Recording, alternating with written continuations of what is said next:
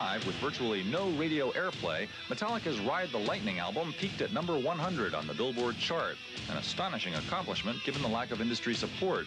Encouraged and more determined than ever, the band parted ways with Johnny Z and his Megaforce label, hired new management, and signed with a major U.S. company, Elektra Records. Metallica spent the second half of the year in Denmark recording a third album called Master of Puppets. At that time, we were just getting out of that mode of, listening to nothing but, the most extreme music there was. Tried to create a little more mood swings into things, incorporate more acoustic work to, make the heavier stuff, heavier, dynamics and things like that we started learning.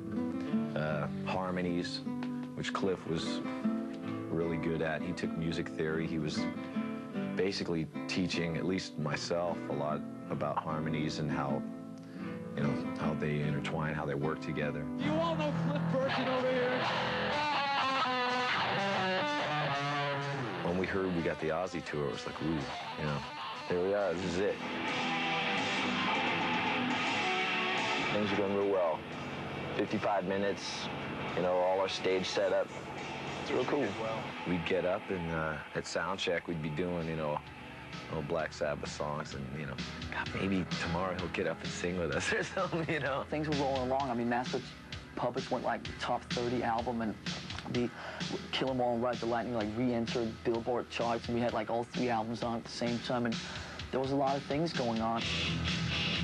The Ozzy Osbourne tour was a career peak for Metallica, and when the band decided to take a break from it to play some headlining dates in Europe, the members weren't expecting to suddenly go crashing down to rock bottom. But on September 26, 1986, tragedy struck. I couldn't sleep on the bus in this top bunk. It was too drafty, and my throat, was getting screwed up, so I'd always go sleep in the back lounge. We couldn't get it all together. We were arguing with each other and saying, well, I want your bunk, well, I want your bunk, blah, blah, blah. I've never told anyone this, by the way. But our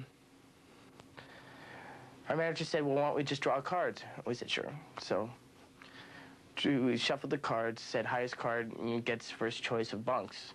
So, I reach for a card, and I pick 2 of hearts. Cliff reaches for a card, and he gets ace of spades. James gets a card, Lars gets a card. So Cliff has first choice of bunks. So he says, I want your bunk, Kirk. I go, fine, So he gets my bunk. I end up with a bunk in the front of the bus, which was like not as good.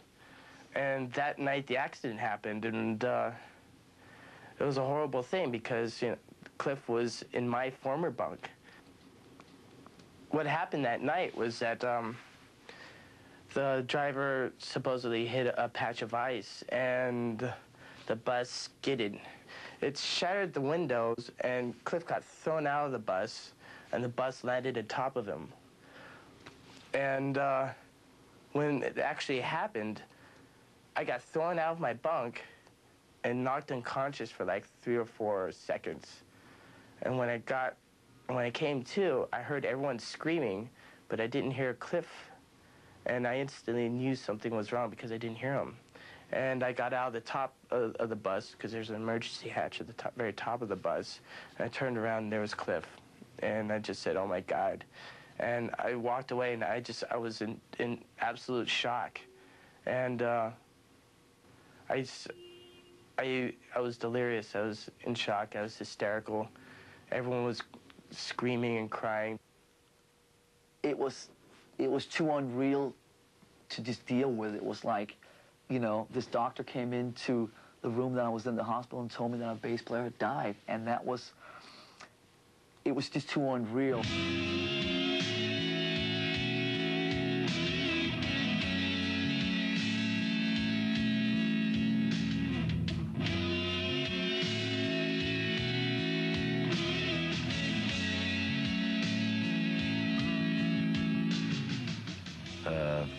I remember our tour manager at the time, Bobby Schneider, said, after everyone was kind of taken care of there, he said, let's get the band and go to the hotel. And he said, when he said band, it was like, it's not really a band right now. And we couldn't really grasp it for a while. We had to sit down and actually face this, you know, what were we going to do? We realized that the last thing that Cliff would obviously want us to do, and we couldn't stop now. There was, you know, Metallica had always been about going against whatever would come our way and just sort of carrying on. We weren't really looking for a Cliff Part 2. You know, someone who could, like, solo a lot and someone who was really eccentric like he was in his own way. They'd come in with their bass and they'd plug in and start fiddling around, and you knew right away. It's like, ugh. We had the little signal, you know, that we'd, you know, it was like, see ya. You know, you could tell if, you know, he started going, bap, bap, bap, you know, doing this funky stuff. It's like, wait a minute, you know, next. One day, this kid named Jason Newsted just walked in, and it was pretty obvious that there was something about him that was pretty different. It wasn't just about playing bass. There's so much more to it, and those guys knew it, and I knew it. Deciding immediately that the band had to go on, the surviving members of Metallica set their sights on a new bassist, Jason Newsted, from a band called Flotsam and Jetsam.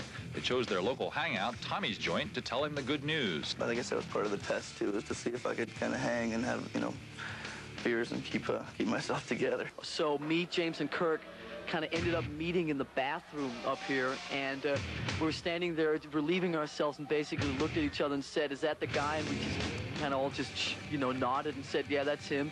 We came back, sat down around this very table. Lars said, so do you want a job? When I said, yeah, and I just got a little nutty and started screaming a little bit, you know. I just basically looked at him and I said, hey, man, want a job? And this is what he did.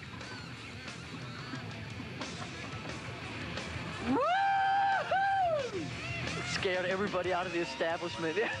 and then we thought twice about this. I knew there was going to be tests, and I knew that people were going to be messing with me here, messing with me there, trying to figure out if I was going to be the right guy for the job.